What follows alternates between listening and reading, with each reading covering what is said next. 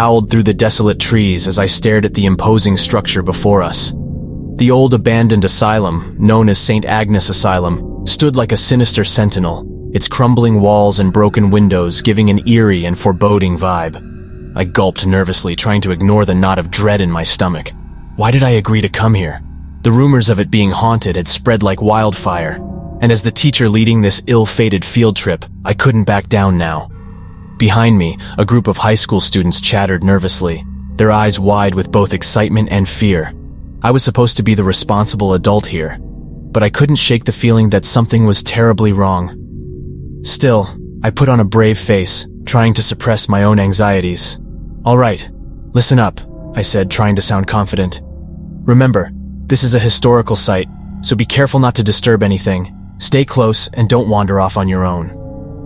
With the rules laid out, we hesitantly entered the asylum's decaying entrance. The air inside was stale and filled with a musty odor that sent shivers down my spine. We walked down dimly lit corridors, each step echoing ominously through the empty halls.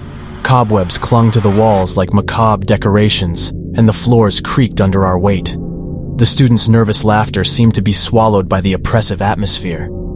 I could sense their growing unease, and I hoped I was the only one who noticed the strange shadows flickering at the corners of my vision. But I brushed it off as mere tricks of the mind, caused by the stress of being in such a haunted place. As we ventured further into the asylum, the temperature dropped, and an unsettling silence enveloped us.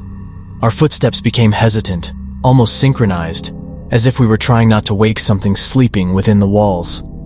And then, the first strange occurrence happened. A door at the end of the hallway slammed shut on its own, startling everyone. The sudden noise made one of the students, Emma, cry out in fear. "It's just the wind, right?" she asked, her voice quivering. "That's what it must be," I replied, trying to convince both her and myself. I walked toward the door and attempted to open it, but it wouldn't budge. It was as if an unseen force was holding it shut. Unease crept up my spine, but I chalked it up to rusty hinges. We continued our exploration, trying to distract ourselves from the incident. We entered what seemed like an old patient's room, its walls adorned with faded drawings and unintelligible writings. The air grew thicker, suffocating, and a cold draft swept through the room, making me shudder. I couldn't shake the feeling that we were intruding on something that wanted to remain hidden. Suddenly, a loud banging echoed from somewhere within the asylum. Everyone jumped, and some of the students let out startled cries. I tried to calm them, reassuring them that it was just another draft or an animal in the building. But even I wasn't sure if I believed that. As we pressed on, the strange occurrences intensified. Objects moved by themselves, faint whispers filled the air, and we heard footsteps that couldn't be explained by our own. The once skeptical students now looked at me with wide eyes, silently urging me to do something. "We should stick together," I suggested, my voice shaky. "Maybe we're just scaring each other with our imagination. There's a logical explanation for everything." But logic couldn't explain what happened next. We reached the center of the asylum, a vast room with a broken ceiling that revealed the night sky above. The moon's pale light cast eerie shadows on the peeling walls. Just as I was about to suggest we head back, we heard a voice, soft, barely audible, and filled with sorrow. "Help me." The students froze, their faces pale. "Did you hear that?" one of them whispered. I nodded, my heart pounding in my chest. "It's probably just a recording or something. Let's find the source and put this to rest." We followed the voice to a side corridor, where it seemed to grow stronger. As we walked, the air grew colder, and an oppressive heaviness settled around us. Then, in the faint light, I saw a figure, hazy and indistinct, like a specter drifting in and out of reality. The students gasped, their fear evident. "We need to go back," Emma said, her voice trembling. But before we could turn around, the figure moved toward us. It was a woman in tattered clothing, her face gaunt and eyes hollow. "Help me," she repeated, her voice filled with an unimaginable sadness. We stood frozen in terror, unable to move as the apparition came closer. Then, in a chilling whisper, she said, "You shouldn't have come here. Now you can never leave." Before our eyes, she vanished into thin air, leaving behind an unsettling silence that was broken only by the sound of our racing hearts.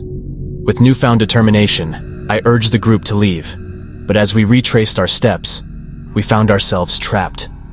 The exit we came through had vanished, replaced by a solid wall. Panic set in, and we frantically searched for another way out, but every route led us back to the same central room. The asylum seemed to have a malevolent will of its own, twisting and reshaping itself to keep us trapped. The strange occurrences escalated, and the students' fear turned into hysteria. All the while, the haunting voice of the woman echoed in our minds. Hours passed, and we were exhausted and terrified. The asylum was playing with our sanity, toying with our fears. It wanted us to suffer, to become a part of its tortured history, and it was succeeding. Just as hope seemed lost, one of the students stumbled upon an old journal. It contained the tragic story of a woman who had been wrongfully locked away in the asylum, left to perish in isolation and despair. Her spirit had lingered, unable to find peace. Determined to free her and ourselves, we performed a ritual to release the woman's soul from her torment. It was our last hope, a desperate plea for salvation. As we completed the ritual, the asylum shook violently, and a blinding light enveloped us. When it subsided, we found ourselves outside, free from the asylum's malevolent grasp. The building crumbled behind us, disappearing into the night. We never returned to St. Agnes Asylum after that night, and the experience remained etched in our minds forever. We were forever changed, our belief in the supernatural irrevocably cemented. And as for the woman's spirit, we hoped she had finally found the peace she deserved.